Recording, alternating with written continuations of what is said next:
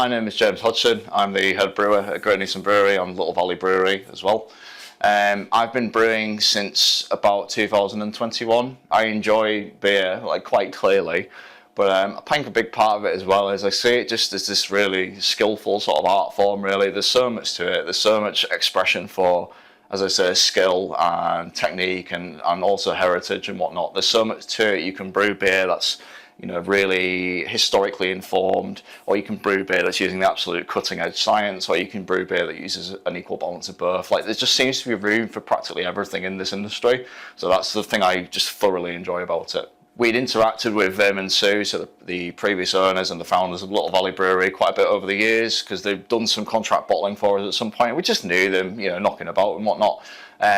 And basically they were looking to retire, and they were just reaching out to people to say, you know, it'd be a real shame if this brand were to go under, and we would say, yeah, absolutely. So we, you know, spoke to them, and after speaking to Vim quite a bit and brewing them quite a few times and tasting some of the beers and whatnot, we basically came to an agreement and we said, right, we'll brew the beers here. So that's exactly what we've done, really. And it was under a lot of Vim's teachings that we've been able to continue it. We're doing it exactly the same way as it would be done at Little Valley, you know, replicating the process as much as practically possible. Challenges for us with brewing this beer has really been just trying to replicate things as much as like what Little Valley did as possible. So that means, you know, it's using different malts. We've got to adjust the mill very slightly, you know, to make sure that we're milling it optimally, really. Or it's adjusting boiling timings, or it's getting used to brewing with pellets in our brew house, which we've never really done before. So there's various little challenges using, you know, using our house yeast and pushing it, in the case of Python, to brew a beer that's 6%, something we've never done with Great Newton beers and so on. So adapting to those challenges has been, it's been an interesting experience, but, you know, over the course of, you know, just about a year now, we've really grown to it, I feel, and yeah, I feel it's really been a good match for us, really. So this is the milling room in the brewery. So basically, we take whole malt, right? So we take it whole malt from Warminster, and then we crush it in our mill, so it gets carried up this auger, crushed in the mill, and then it's taken into this hopper, at which point it's taken via a forklift into the brewery to then be brewed into beer. So basically, this malt here is going to go up an auger, which is just out of frame, and it's going to be mixed with all water, right?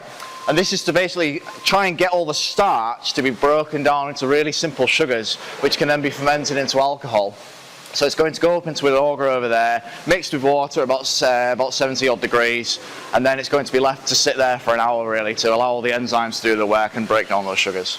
After it's been left for an hour, it'll then be recirculated for a little bit, just to get any of the weaker wort, which is what the technical term is, out of the bottom into the top. And it'll then be transferred out of this vessel into this vessel over here called a copper, otherwise known as a kettle, where it's going to be boiled for an hour and 20 minutes, and we're going to add hops and all sorts of other things. After the wort's been boiled, it's then going to be transferred into a fermenter. It's going to be cooled down from about 100 degrees to about 18 degrees, pretty much instantaneously, and transferred over the course of an hour into a fermenter. And then later on we'll add some yeast to get the fermentation really going. So we're currently in the fermenting room. We've just finished transferring the beer over that we brewed today, so that being the Todd's Blonde. It's just sat in this fermenter at the moment. I've just added the yeast to it, so in about 3 or 4 days' time, it'll have finished fermenting. I can start chilling it down and stopping the yeast from doing its work, really. It's funny that we're actually stood in front of this fermenter, because this is actually one of the ones that we bought from Little Valley when we took over. So yeah, it's fitting that it's being brewed into this one, really.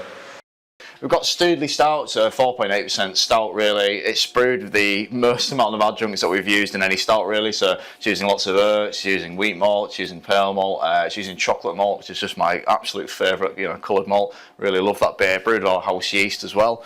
The Withens Pale, 4.2% beer. So we sell a lot of this in cask, actually, as well as bottles, you know, for Organic North and so on. Just a really light, crisp, obviously it's described as hoppy on the front, just aromatic, tasting pale ale. It's just really accessible, really.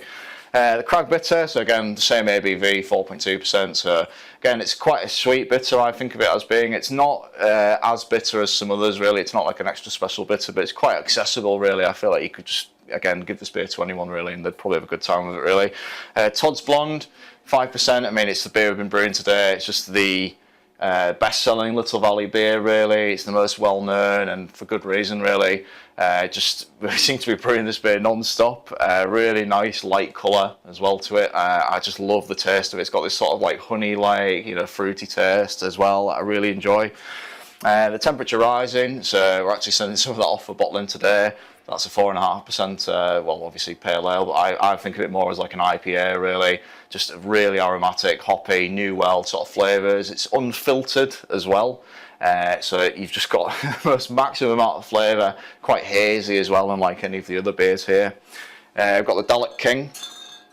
So we call this a Belgian pale ale. So we actually get the yeast for this beer from the continent and fly it in, live yeast on a plane, I know, crazy. Brewed with a very light malt grist, really nice light colour and just very different sort of estery, you know, flavour. It's just one of the most unique beers we definitely brew on site, really. As I say, just full of those different like estery flavours. So Python's the strongest beer that we brew on site, including Great Boosum, you know, Little Valley. 6% beer is quite strong, and that's brewed again just with our own house yeast, really. So it's really pushing it to its limits. Brewed again, really light, nice light malt grist, but I think it's a really accessible English style like IPA, really. So using just English hops in there. Really accessible flavours. It's not going to blow your head off with hops or anything like that. It's just something where you can easily just sit back with a bottle at the end of the day, really, and just have a good time.